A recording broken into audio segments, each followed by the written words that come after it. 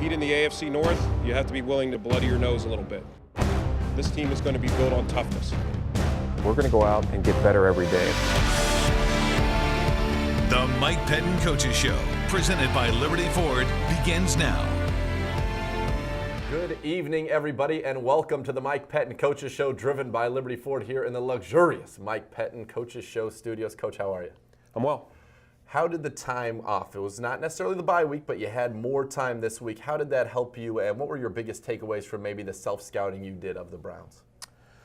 Well, first of all, I think it helped us all get caught up a little bit with our sleep. That's something that we emphasize, we always talk about, and I think we end up saying it and not necessarily doing it. So I encouraged, not just the players, but the coaches to go ahead and get caught up and get the bodies, get a little bit recharged and refocused, re-energized, whatever word you want to use. So that was part of it. The other part was just looking back over the games that we've played and understanding the why. And I think that's important to understand that there are some games we let get away. There are some things that were outside of our control. There are some areas where we need to improve, and it was a lot of little things. And it was stuff that we addressed first as a staff, and then secondly with the team. And it's important to always understand the why, but also maintain an even keel and not overreact just purely based on results. That nobody was going to panic and let's just blow everything up and start fresh and try to do different things that we know that in a lot of aspects we're close, and we need to get some things cleaned up.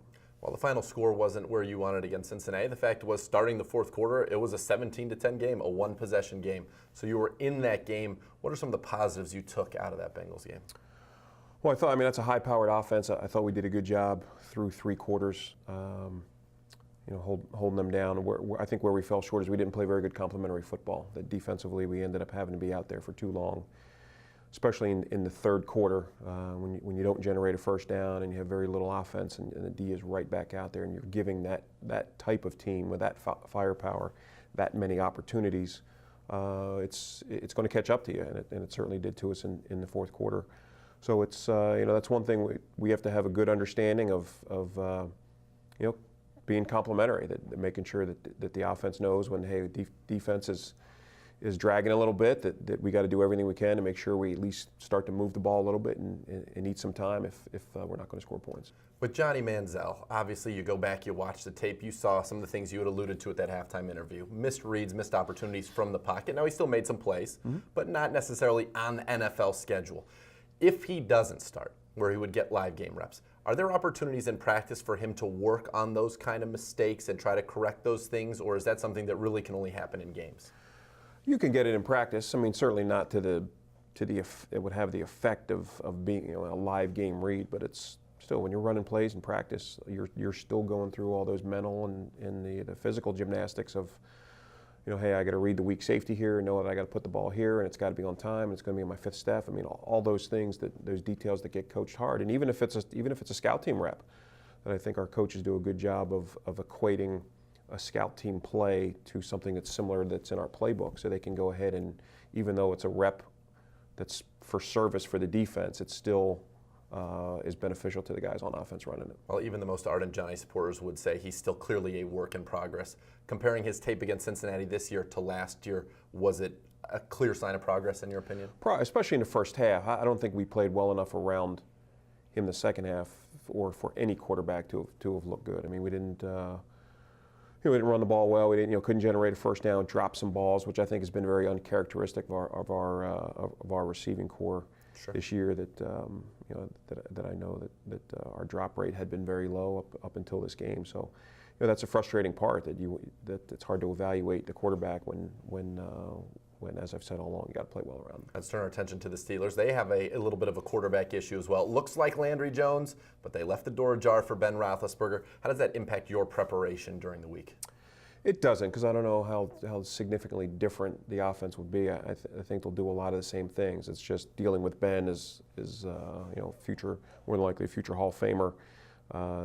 Dealing with that type of extend the playability, get out of the pocket some that he's been known for over the years. But Landry Jones is an NFL quarterback that if the pocket's clean for him, he's got a slew of playmakers he can get the ball to. So we have to do a good job of making sure we affect him and more than likely try to get the game in his hands than let it be decided by a DeAngelo Williams or an Antonio Brown. You talk about DeAngelo Williams, ran for 170 yards last week. The last guy to do that at his age was Walter Payton.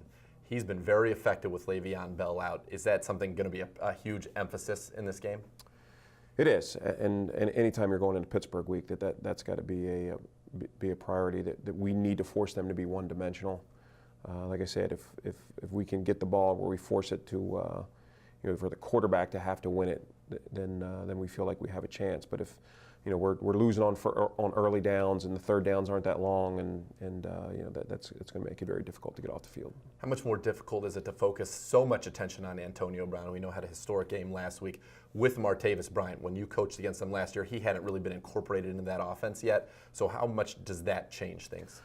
No, I think this receiving group is as deep a group as we've gone against, and I think that's one of the things that allows Antonio Brown to, coaches are smart enough to realize that, okay, listen, we can't just focus on him, but and they do a good job. They move him around and they get the ball to him in a variety of ways. Sometimes down the field, at all levels of the defense, whether it's deep down the field, intermediate, short, behind the line of scrimmage.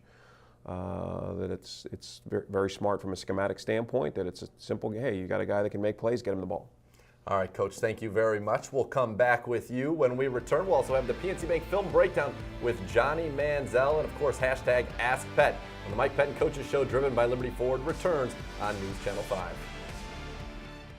The Mike Pettine Interview, brought to you by Elk & Elk.